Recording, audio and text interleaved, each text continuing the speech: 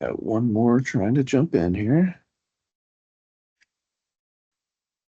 All right. Well, we did it. We're at our final training call for the store level scheduling managers. We've come a long way and set up our employee profiles and got our first templates and schedules created. So today we're going to move into talking more about our store level reporting. We had some specific questions over the course of the last two calls that we're going to circle back on, specifically around availability, awareness, and risk. Uh, Seeing how people have logged in and printing different versions of your schedules. There are a number of other reports that we're going to be reviewing today before moving into how we're going to be managing punches using the time and attendance feature within hot schedules for our test period. And then we have a section of time at the end of our call today for open question and answer, just to make sure that we've gone through our full checklist and everybody feels good and confident about our go live on Monday, meaning those will be the first shifts that your employees will be working, that they were scheduled within hot schedules, and will be editing and reviewing punch records within the hot schedules user interface. Before we move into those new topics, though, I do want to open the floor for any general feedback and questions for our training call 2 tasks. I did respond to the ones that were submitted through the logbook earlier today, but if anything has come up, as I've seen some progress has been made since earlier this morning, I'd like to open the floor for any questions for you all. So hi, if you don't mind, it's Rosie. I have a few comments that the team members made that I Sure. want to kind of share. So one of them is, and probably I'm going to review it today, so I'm probably ahead of myself, but the way the schedule printed, with, let's say, a lot of our team, I should start by saying our team members, a lot of them are cross-trained. So having their name appear in different sections, was a little bit confusing to them. Okay. That might just have been the schedule I printed. So I'll wait to see if there's a different way of printing it. The other thing I found is, and I don't know if anybody else found this, but when I was optimizing the labor with my forecaster and just making the adjustments on my schedule to optimize, I found it very difficult because the labor optimizer is kind of on the bottom. And because there's over 40 employees on my schedule, it's very difficult to kind of keep going. Like you don't see it all in one screen. Do you know what I mean? It's not like a bird's eye view kind of the entire schedule. Mm-hmm. Like it's difficult to keep going back and forth to that. That would almost be great. And I don't know if this already has the function ability to do this, but if that labor optimizer, and I know the scorecard had a little bit of it, had something kind of on the side saying, hey, specifically you're missing a front of house between hours 4 and 5 to optimize, or between 6 and 2. It'd be easier to read than to try to read the graph. Do Okay, you so see what? more a text guidance rather than a graph guidance. Well, yeah, I mean, I love seeing it in the graph that, hey, this looks now, it looks all special and complete. But I mean, when I'm doing the actual optimization, I would rather it be in words saying, you, according to your, your forecast and your sales, you'd be missing a body between the hours of 4 p.m. and 6 p.m. Do you know what I mean? And these were kind of the hours you would need to optimize to be 100% optimized. Because what I was, like I said, when I was trying to do it, zooming in on the hours and then going back to the schedule, Mm-hmm. I was losing something in it. Do you know what I mean? And that's, now I'm not techie, and maybe the managers that are going to be doing this are going to be a lot more techie than me. But I just felt like because it didn't fit on my entire screen, I found that a little bit confusing.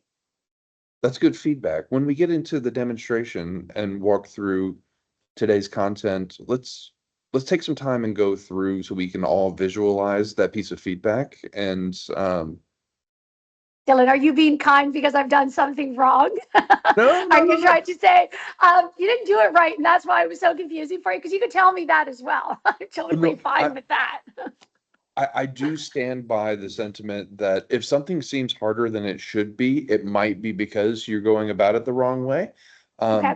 Just in life generally, not necessarily in the tool, but also I think your feedback is really important because the schedule optimizer is something that we are keen on continuing to improve, and you are representative of the demographic that was going to be using this tool. So I want to make sure that I truly capture that feedback in the recording, not just for you all, but for our internal teams as a piece of that potential enhancement as well.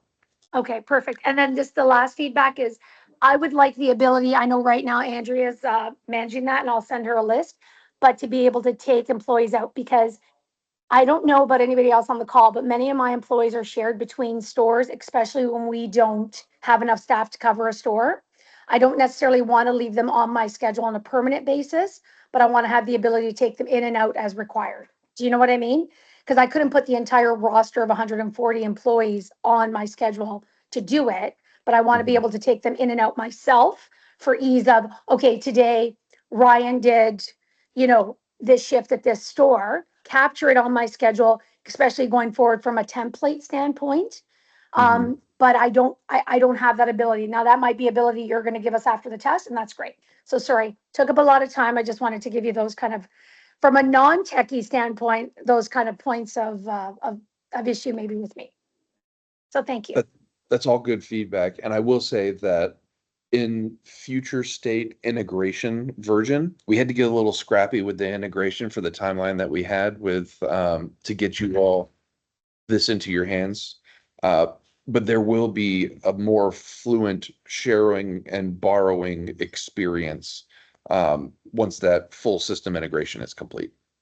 Wonderful. And thanks for answering my questions, David, as well. So all perfect. I will just be on listen mode now. Thanks, guys.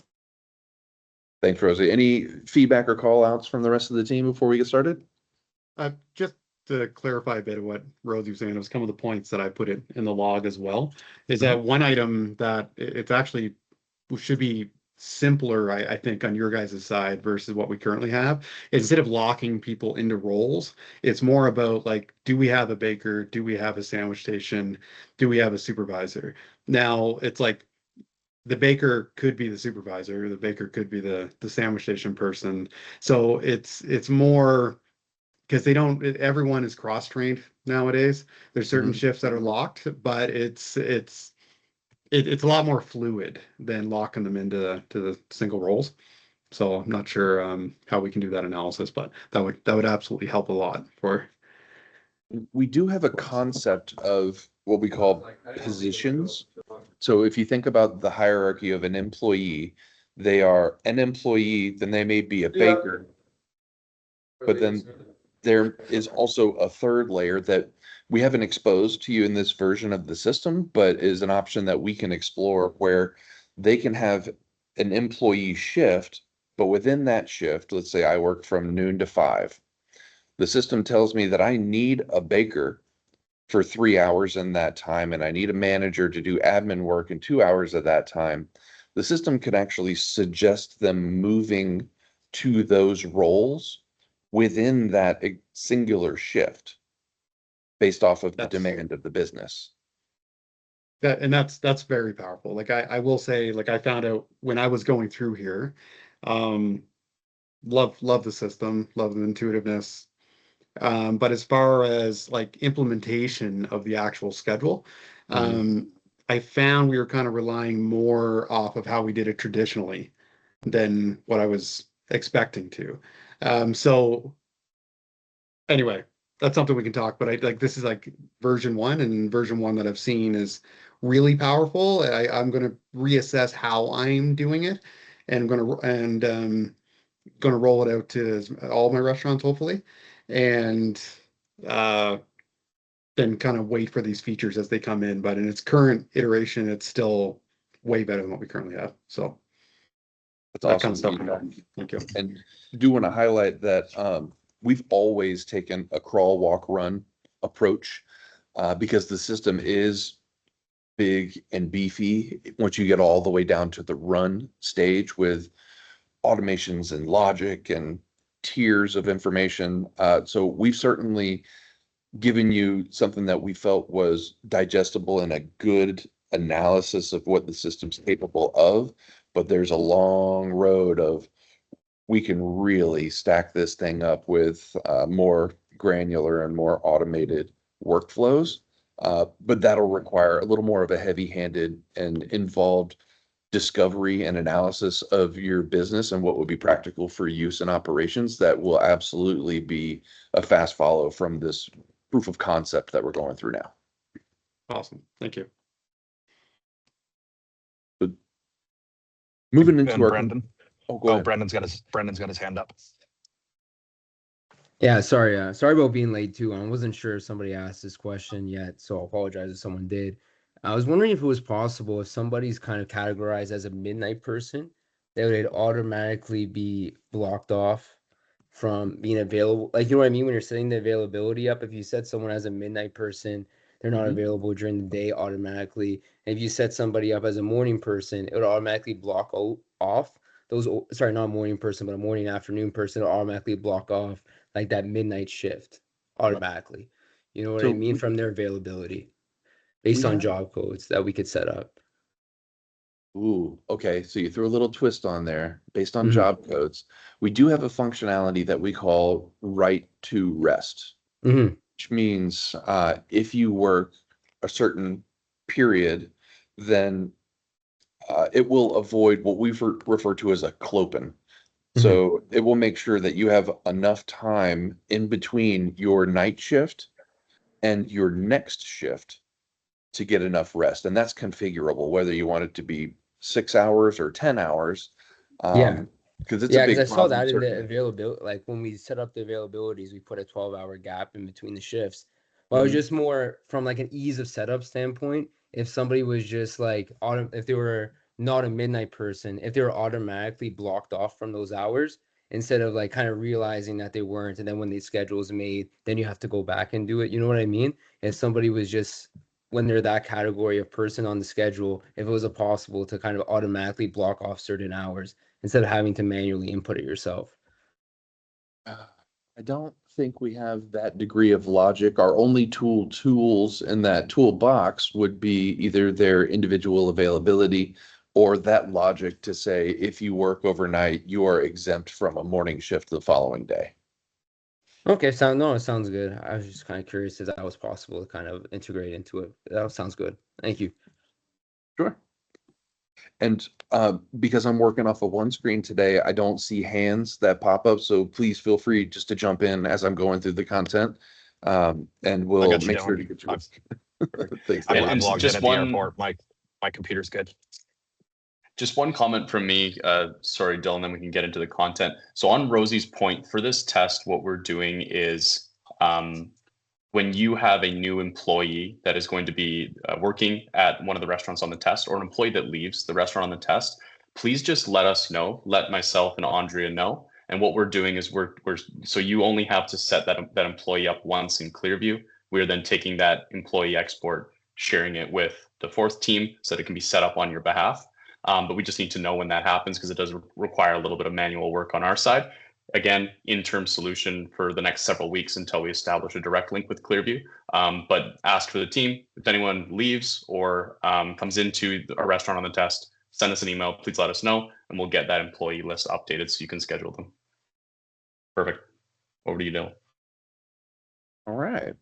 So what we're going to do, in addition to reviewing our store level reports, is we're going to talk about time and attendance. And I want to be really clear what we're doing with this evaluation.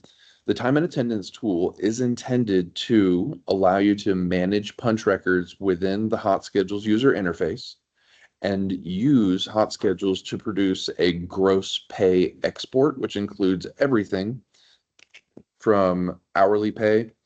If you have tipped employees, it will make sure that tip shortfall is accounted for automatically and they're earning at least minimum wage. It will calculate overtime, double time, special pay, pay penalties, and everything that you need to just hand over a file to your payroll provider. But for this test, we're simply simulating that activity because you will not change the way that you are paying your employees as part of this test.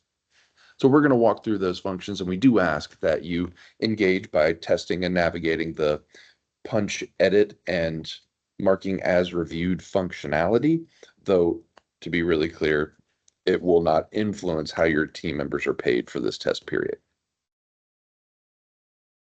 So let's go ahead and move into our Insight demonstration. Looks like I've logged out once again.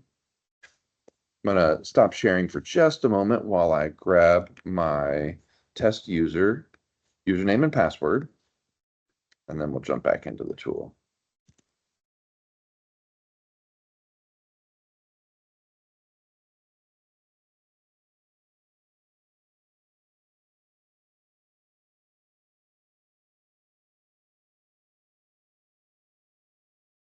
Alrighty, resharing my screen.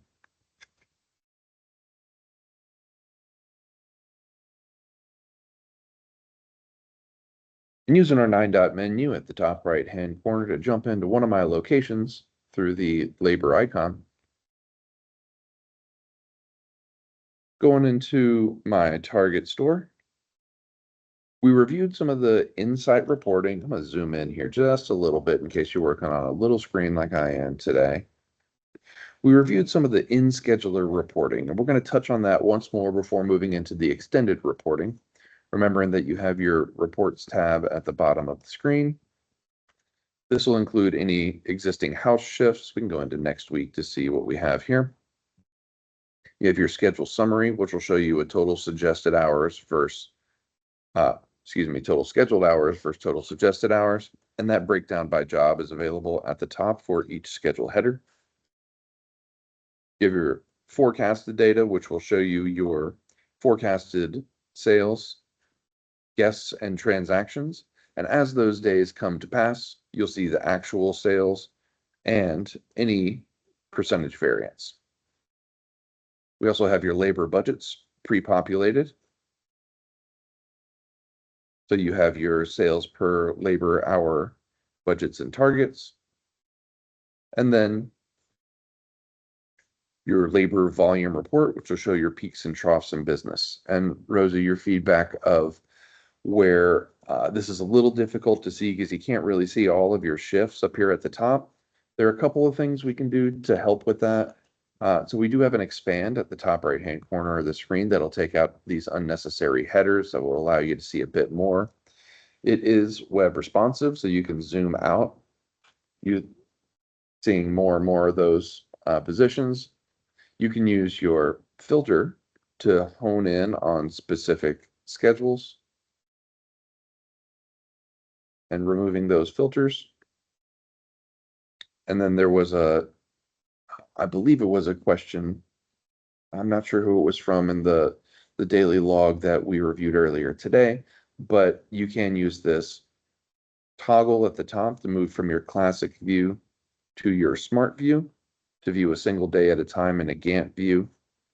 And by clicking the day at the top of the screen, it will snap all of those shifts into chronological order to make it easier to see that you've got the coverage that you need for that day. So, Sorry, Rosie, go ahead. on the bottom part there, is there an easier way to see sort of the hourly SPLH, like a more clear, like a specific number per hour to pull it? I just couldn't figure it out.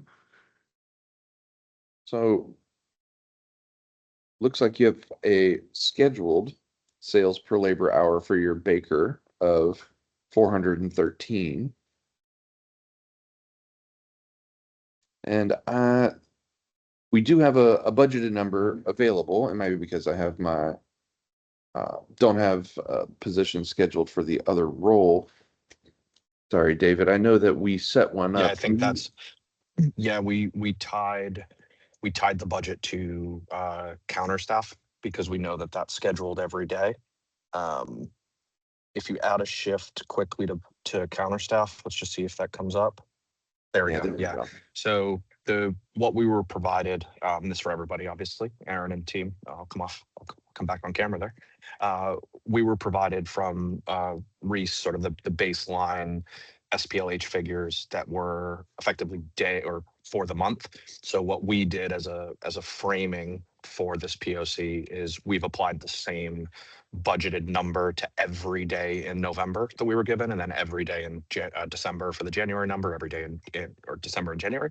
And then the way that we have to do that, given that we don't have like an SPLH target for counter staff, baker, overnight cook, et cetera, we have to assign that simply to one job role. That's the only way to get the roll up view with the current data that we have.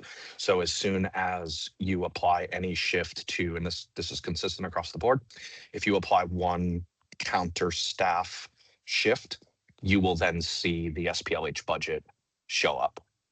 Now there is a lot of it. Dylan alluded to this on our first call.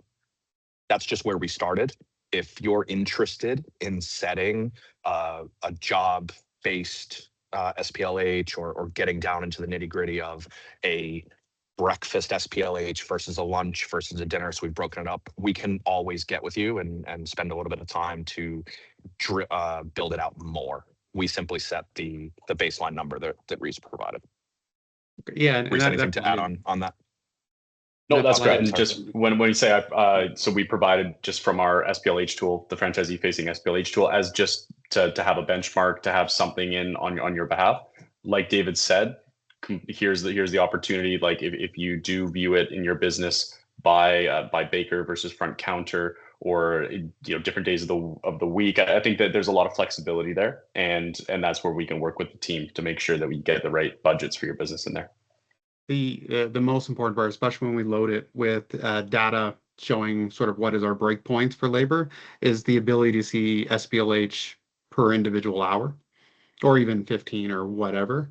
Because where it makes it really easy for whoever's doing the schedule is if the forecasting shows like an hour that's 150 or something, you can just pull that bar line suggested schedule 1 over.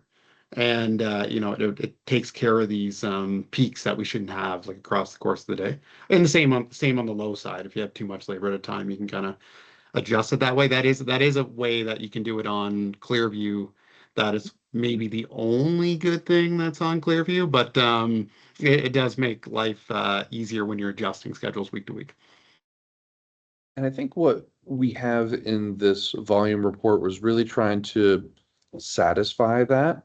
And your exact example here, it looks like we're actually higher than what we need to be. What we're doing in this view is simplifying that view for the manager, where you may be accustomed to what is my SPLH target, and I know that I need to bring that down, and there's a little math going on in your head, where this is just a straight, clear, you're obviously over here per the configuration on, or the settings that you've set up on the background. So now I'm just going to drag this over to make our red lines align with our blue lines to ensure that we're covered. Is there a way that those blue lines can actually just sort of, if I hover over them, highlight SPLH? Is there an option that I'm missing? Not for SPLH, no, because the intent is, I guess, the approach that our team has taken is the manager really doesn't need to know the SPLH. They just need to know where the peaks and troughs are to try to simplify their view and how they're using it. I hear you in that.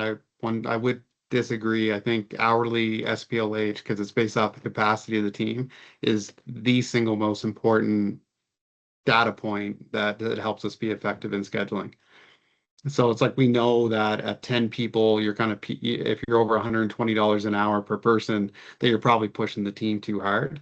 And you know that if you're running $60 an hour per person, you have a lot of extra capacity for those sort of non-customer tasks in order to get done. And based off our training on how like St. Pierre has gone through and taught the teams, a lot of the knowledge base that owners have is based around that concept.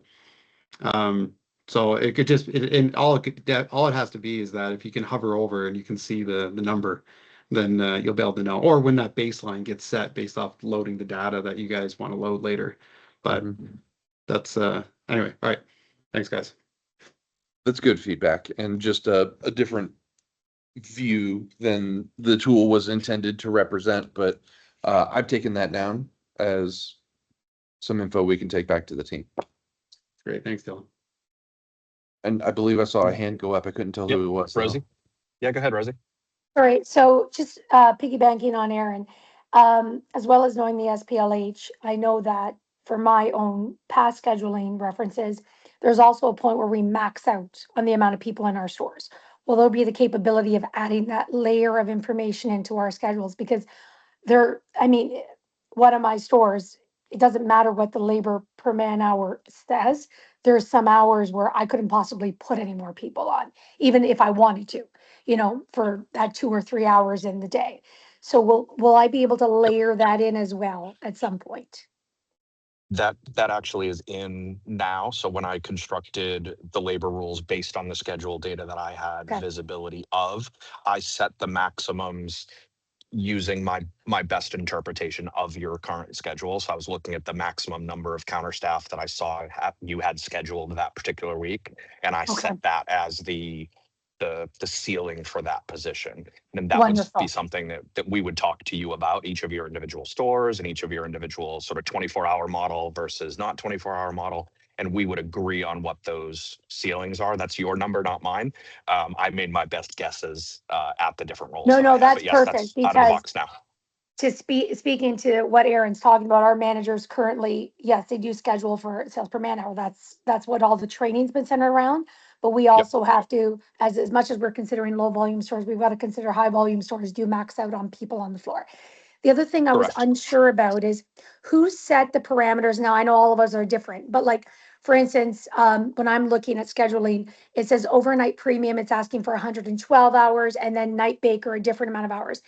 Because my people are cross-trained and my nights are so slow, I generally put only 2 people on and they're cross-trained to bake and be the overnight people. So would I be able to make that adjustment in my schedule so that my scorecard doesn't read as if I have a shortage of people on those shifts?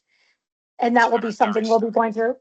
Okay, Yes, 100%. So very similarly to the sort of minimums and maximums, I interpreted the data that I saw as best as I could given the no, fair enough, timeframes. David, So absolutely, yeah, yeah, okay. and I want to. I'm just as invested, I guess, in this whole thing as you guys are. So if you want to grab a little bit of time next week, or any of you guys, Yeah, no, and look at a little bit more detail, okay. happy to play around with that. Look with you. Yeah, absolutely. Because we're gonna hand this off, and if our managers were to read that scorecard, like I Oh. understand why it's what it says, because I know how we Yes. schedule, but I want them to be able to basically get as close to 100 on that scorecard as they can, because all the parameters are correct. So if we're just giving our feedback on how they're reading it, let's be as detailed as we can be, so when we hand it off, they understand what they're looking at from that clarity standpoint. So thank you. Correct. Sorry. Yeah, I don't want to discourage anyone, yourselves included, at getting a 60% on your scorecard purely because my labor model wasn't great. I'm gonna own that, right? So if your scorecard is now telling you that that's a 60% effective schedule, and you're like, no, this is at least a 90% effective schedule, David, let's grab 30 minutes and make this a 90%, because that's the knowledge that I don't have yet. No, wonderful, David, because I think mine's about a 99 and it's not quite showing that. So I think we need to Yep. talk. Let's Thanks. do that. And No problem. David, I think this discussion is probably a worthwhile exercise for everybody, honestly. And so I'm just thinking, if David, could you summarize, or maybe it's easily found in the system, and perhaps we add it as a task for the meeting on Monday, but maybe it's easier if you're able to just summarize and send out to each one of the folks on the call. I don't want to call them liberties, the educated guesses that you have put into the system on their behalf. So like the things like the minimum and the maximum, the things like the SPLH, obviously provided by us, but just coming from what's in the system, so we all are reading from the same page. And then that'll just be a good starting point, and then folks can say, yeah, no, let's adjust it to this, or we need to expand our max employees by X number. But it might be good to just have a good starting point for all those different factors, and maybe there's others as well. Yeah, absolutely. Perfect. David, we have time in that hour that we have booked in on Monday. If you're comfortable, we can co-deliver that topic on that training call. I will endeavor, to have that fully prepared by Monday. But yes, let's go into that. I would definitely like you guys to get a view of what that sort of labor model build process looks like, because ultimately in the long run, you would own that post us collaborating. Sorry, 100%. not to interrupt, but maybe it would be better for us to send you individually, anybody that's on the test, kind of like what we see might be an issue, as opposed to you having to explain your entire labor belief. Like I can send you something very quickly saying, you've made this assumption about my nights, but this is the actuality. So for mine, there'd only be one change. Do you know what I mean? That might be And easier than, that's almost hyper speeding what we would do in a standard labor optimization pilot. Actually, as we build out a model, we test it, you give feedback, I make changes, and then we move on. So yeah, I am 100% open to you guys summarizing some of those key things that you notice right off the bat, or like, hey, this is a little wacky, make this change. That's a 2-second change for me, and then as soon as you generate labor again, it updates with the new metrics. wonderful. So So yeah, from my perspective, I have no problem sending that to you to just expedite so that Monday Yeah. we have a more wholesome conversation. Sorry. yeah, Thank let's you. do it. Thank you, Rosie, and everyone.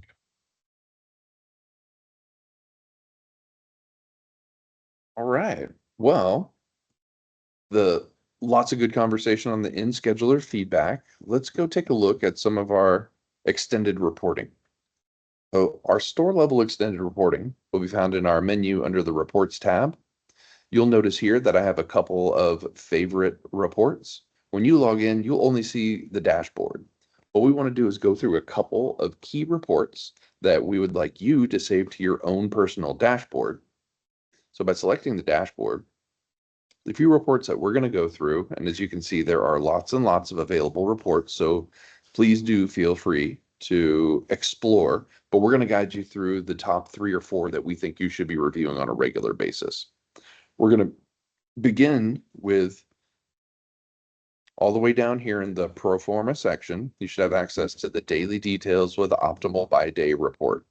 It's the longest named report in the system, but what it does is it allows you to break down by either department or by job for any specific week. We'll go into next week, and it will tell you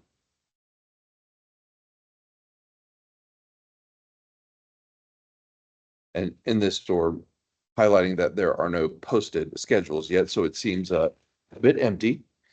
But what you'll be looking at will be for your front of house, back of house, and store, or your managers for each day of the Can week. you zoom in? Sorry, Don. This Oh, is, sorry. and I know this just from showing this report all the time. It's the hardest report to read. Thank you.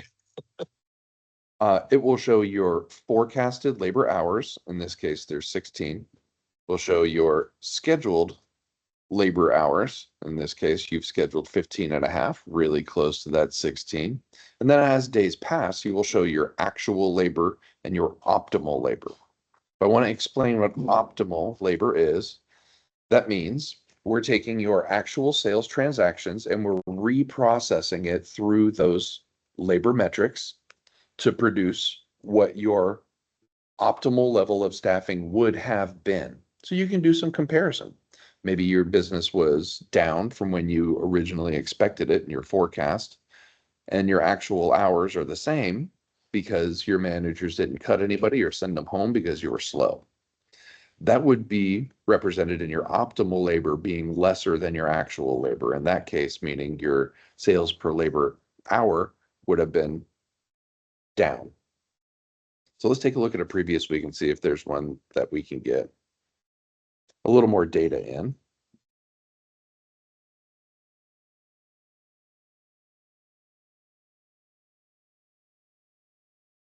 So in this case, we were forecasted to have 16 hours for our baker on Monday. We scheduled 19.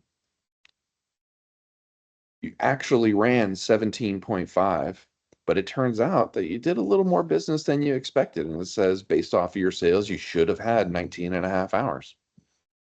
And you can see those deltas either in green under or red over for each day of the week. And then you have roll up reporting over the course of the week down here at the bottom. So this is one of our heavier reports, but one that I think you all will be referencing on a regular basis as sort of the barometer of, am I doing well or did I miss? And then can dive deeper into some of those more granular intraday reports. So I'm going to pause for a second. Any questions or feedback on this report?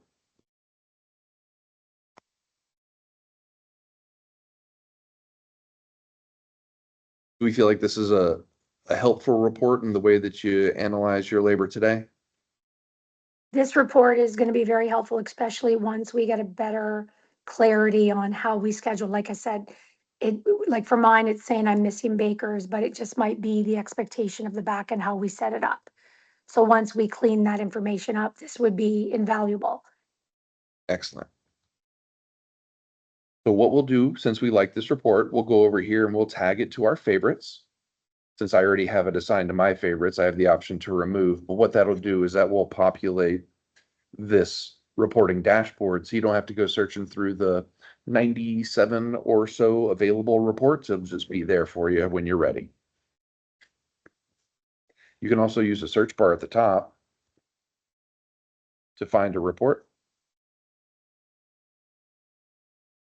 So the next report that we'll be looking at is your staff schedule chart.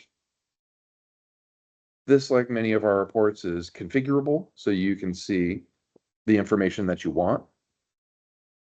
We're going to include in our staff schedule chart our scheduled hours, actual hours for all positions, and generate this report for yesterday. Actually, let's go last week here on the 6th.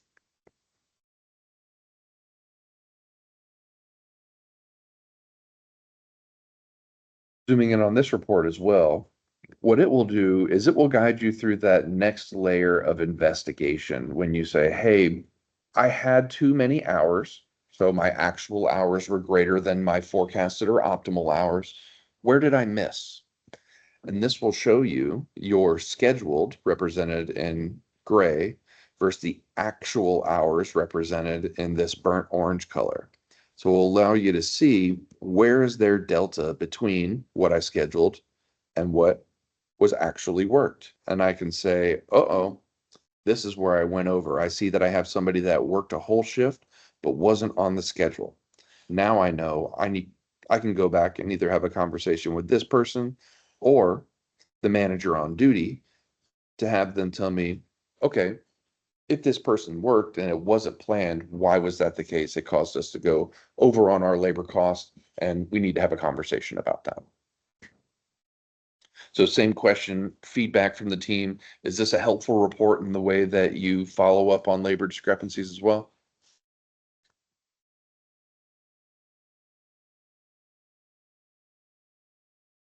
If so, we would want you to save it to your favorites by selecting add to favorites. Additionally, if you have preferred settings, these checkboxes down here, you can save your report settings. So each time you open that report, your preferences will be there and you don't have to reselect them. We did talk about printing our reports through either the weekly roster or the extended schedule report. And we'll use this to post unposted schedules for last week. And Rosie, I believe you had the feedback of how they were grouped. I believe that may have been the extended schedule report, because what you would see, let's go ahead and open that file up, is you would see the baker schedule, the manager schedule, and if I was a baker and a manager, you would see my name on both of those schedules. I did not see this, so I did not do this right. Okay, so this is one of the two reports that you had an option to print your schedule. The weekly roster report is a more simplistic one. So it's clean and tight, but you don't have many options to add more information. What you probably used was the extended schedule report. It's just has more options to include, as well as the sort option. So I'm gonna grab a couple of additional pieces of information and we will generate this report. So it's a little heavier, but in this report, it will be broken out by schedule. So if Jason here was on the back of house schedule and the front of house schedule, you would see them appear in both places and they could miss one. So it sounds like what you would prefer then is, rather than using the extended schedule report, the weekly roster report may be better for you. It's perfect. Thank you. Excellent. Another report that we see as something that you could use on a daily basis and is one of our most common reports. It's called our labor card report. We're going to include some additional information here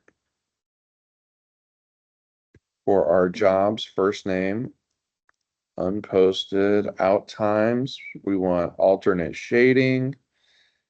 We want to show our overtime warnings and for all of our schedules. So lots of things that we can include in there. I'm going to go back to last week as well so we can, and it will tell you if you missed something that you need to select. Generate this report. Now this report may seem pretty noisy, but what it does is it will break down your sales forecast by 15-minute increment and then tell you how many people for each position for that time period the system is recommending. And we'll also have all of your employees broken down by shift, their job, first name, last name, in time, out time, and all of those other optional pieces of information that you can have included. And then down at the bottom, there's more information to show you. Rosie here is scheduled to be in the 35 to 40 hour bracket. So as you're deciding who you can make cuts for, if business is slower than usual, you can see, okay, well, Rosie has the most hours. Maybe we'll let Rosie go home so she's not at risk of going into overtime at some point during the week. And in this report, if you have somebody that's scheduled today to go into overtime, but hasn't yet, in this section up here, it'll actually highlight them in red, letting you know, uh-oh, Jason is in danger of going into overtime today at 4:21 p.m. So it informs you and helps you make a decision on if you want to avoid those overtime additional costs. Jason would probably be first on the cut list if you're slower than you expect to be. And this is printable. And as a user of Hot Schedules 12 plus years ago, and earlier versions of this report was available, I would print it out in the morning, fold it in half and stick it in my pocket. And I would check my sales throughout the day using my real-time dashboard to go in and say, okay, I expect to be at a certain place at 12:45. If I'm not at that certain sales place at 12:45, I would have passed my peak expectations and I can go ahead and start cutting people off.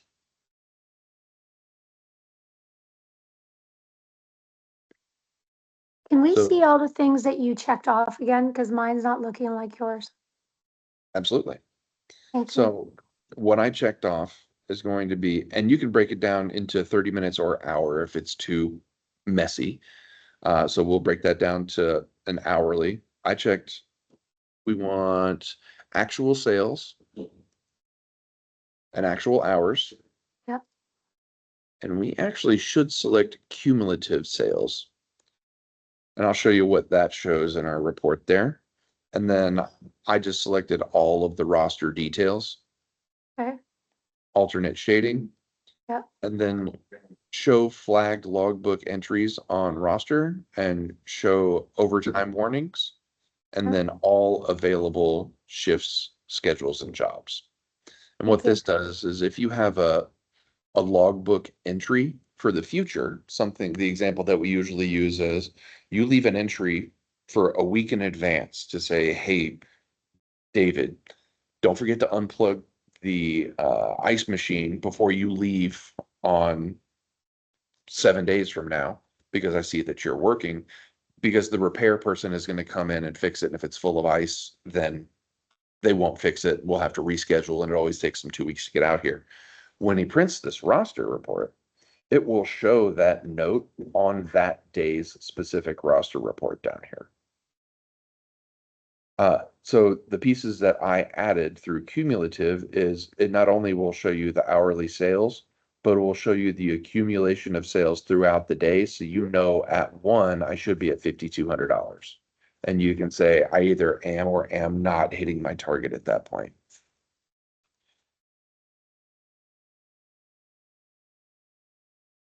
So I would recommend to those using this report, go back, watch the recording, check the boxes outlined here, and then save report settings. So the next time you log in, you don't have to check any boxes. It's exactly what you want it to be.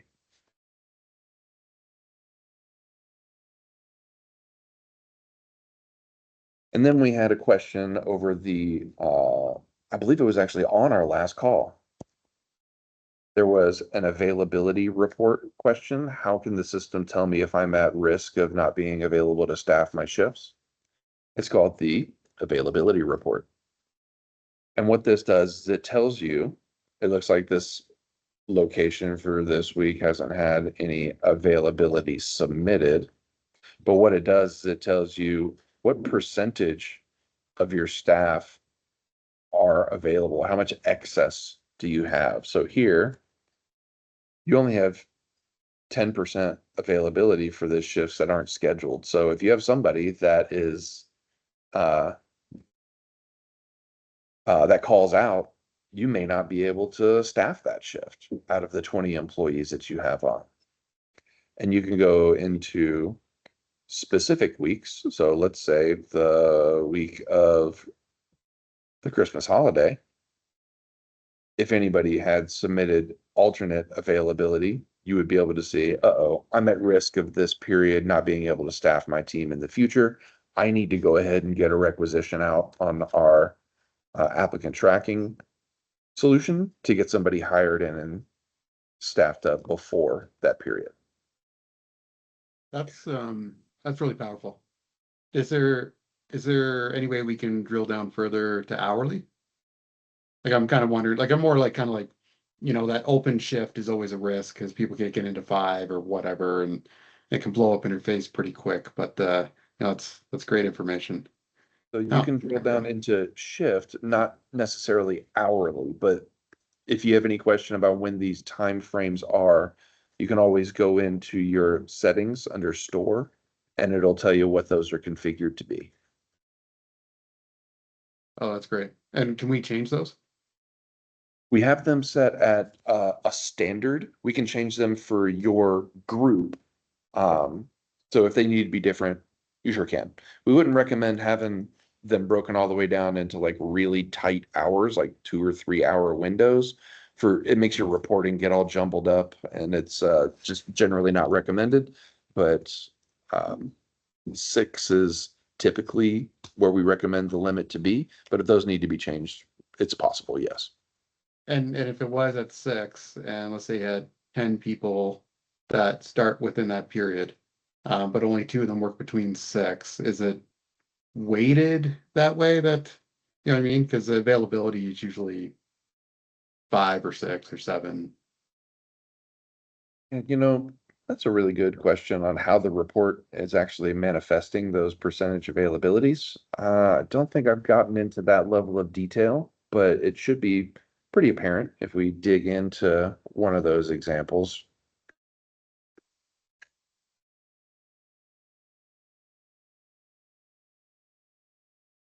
I have a lot of people on the early shift.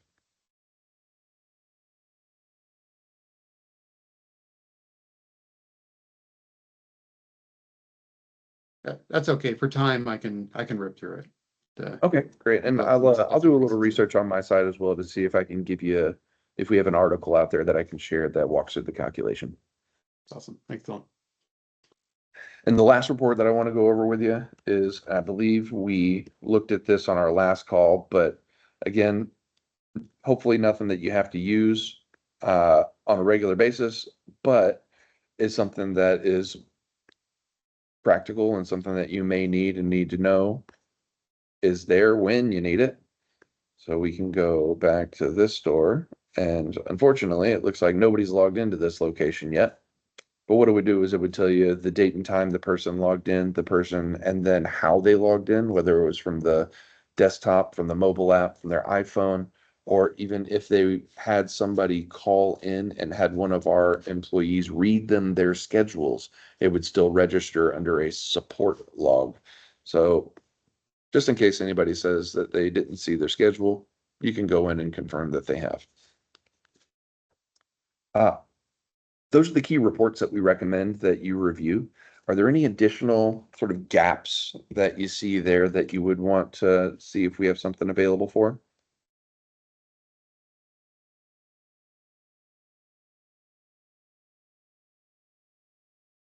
All right. Reporting sounds good.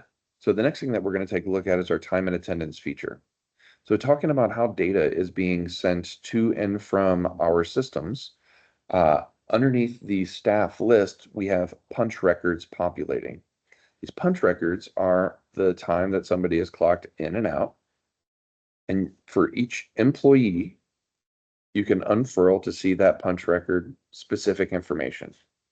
There are flags in these punch records for things like there is a schedule variation, meaning they have worked either an hour shorter or longer from the time that they were actually scheduled, which usually indicates somebody maybe didn't clock in or out appropriately. So it flags it to say, hey, you probably want to go take a look at this. We're not saying that it's wrong, but you probably want to put some eyes on it. And same thing for meal break. It sounds like this person was entitled to a meal break that they did not take or register in the system.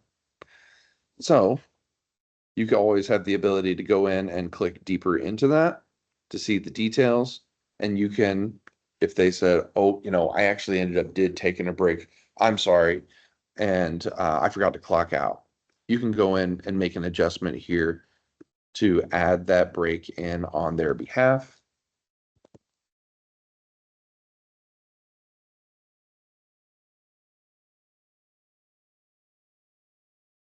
It does require that you apply a reason, so forgot to punch out, and it will reduce their overall paid time from the 7.5 hours, deducting that unpaid meal break to 7 hours. You would follow that same process to make an edit to their punch record. Maybe they said, hey, I forgot to clock out yesterday. You can go in and make an adjustment there as well. You have filters up here at the top that allow you to filter to specific exceptions, like, hey, we've been really tight on overtime. I want to go take a look.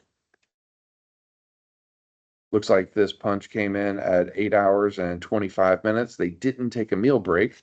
Maybe I can go in and have a conversation with this person to say, look, not only did you not take your meal break, but it pushed you into overtime. Let's have a conversation about that. Ultimately, what we would want you to do, though, is come in and review all of your punches to make sure that they are signed off on. And to do that, after you go through your review, select Mark as reviewed. And it will check them off, saying that you have reviewed 2 out of 2 punches and exceptions. We recommend you do this on a daily basis if we were using this information to pay your employees, because it's much easier to maintain it rather than to go back on the last day of the pay period and try to chase down 35 questions of if somebody actually did work a 13-hour shift or if they forgot to clock out, and having to make some judgment calls in the moment like that. And your filter does control which ones you have reviewed. So you can see here, since I've taken away my filter for the exceptions, it shows that I'm only reviewing 2 of the 12 that need to be reviewed as a whole. Rosie, I saw your hand go up.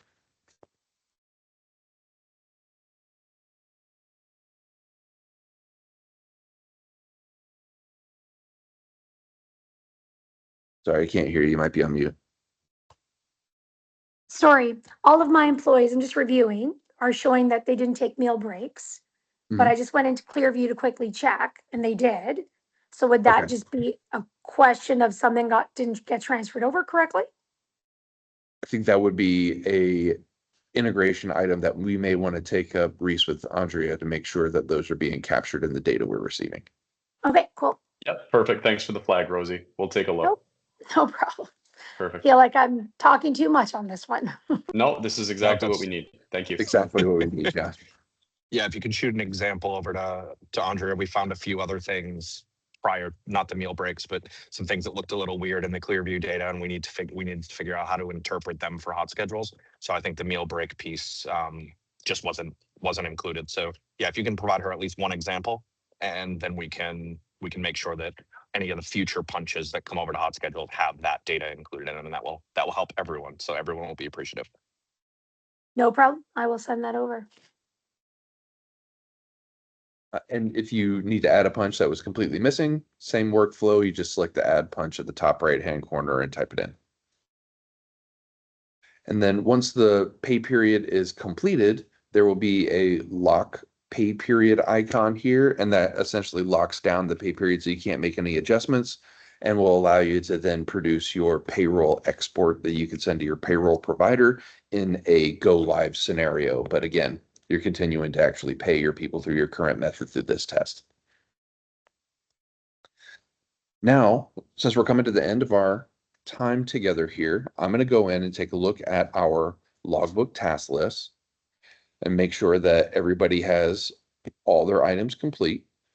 As you go through, if you've not yet completed your manager training 1 and manager training 2 checklists, please go through and do so. Following our call today, your only responsibility will be to make sure that you have your schedules posted and go in and save your favorite reports that we've highlighted. And for our next steps, today, if you haven't yet, post your first live schedule for the upcoming week. Go ahead and print either the extended schedule report or your weekly roster report to make sure your employees have a tangible copy in the building that they can go reference if they haven't downloaded the mobile app. Though we strongly encourage that they do download the mobile application. And since we've gone over your reporting and time and attendance functions, we'll use the rest of our time together here for general questions and overall sentiment for readiness for our Monday go live. Any feedback on the training that you've received or the solution as a whole that we haven't already touched on?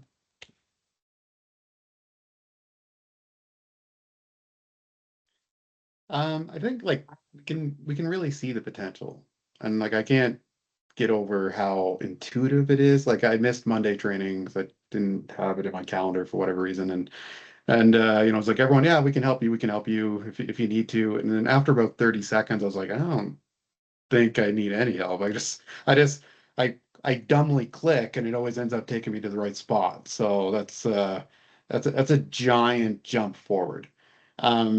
I think like you know, there's tons of potential. I think I'm very interested to see when we start loading Tim Hortons specific information in order to sort of allow owners, empower owners to take that next step from what they've been using on Clearview, how their experience comes into play, and to be able to use your guys' program to the fullest. So I'm going to keep on using it. I'm going to just keep on giving feedback and hoping, I think just running one store out of my portfolio isn't the best way to do it. I think it's got to be sort of an all or none.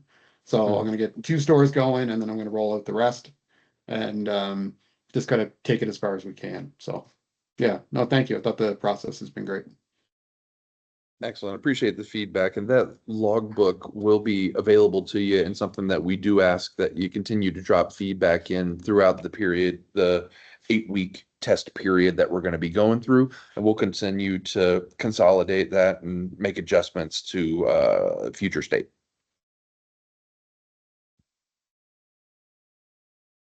All right. Sorry, well, I also just wanted to mention on the first day, I'm not sure who said it. It might have been you, David.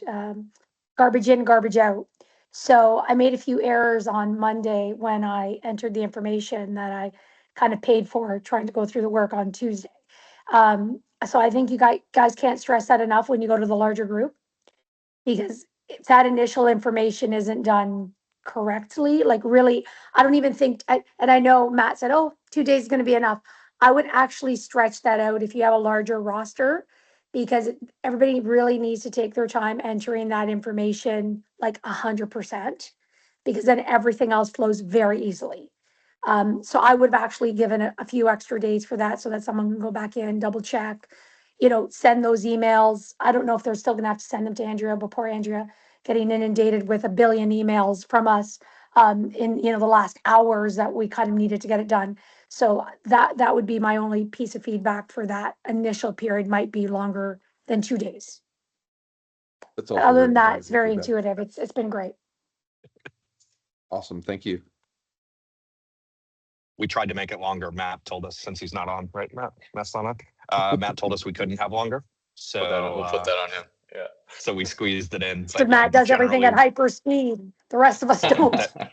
Ain't that the truth, right? No, we generally, yes, Rosie, it'd be like 4 to 6 business days is generally between like these sessions and how we roll that out. And absolutely from an Andrea perspective, she's grinding through some of the manual processes that we're really hoping to get just completely removed from this whole process in the next 2 to 3, 4 weeks, somewhere in that range. So yeah, a lot of that stuff that you raised, both for new employees who left, and then I think it was Aaron might have said additional job codes, all of that stuff will start just automatically floating from Clearview. So yeah, really appreciate Wonderful. you guys And like Aaron your said, patience. I think that'll make it super intuitive for us, and easier to navigate. So I'm excited to see what it can offer us. Thanks, guys. Thanks for all your help, by the way.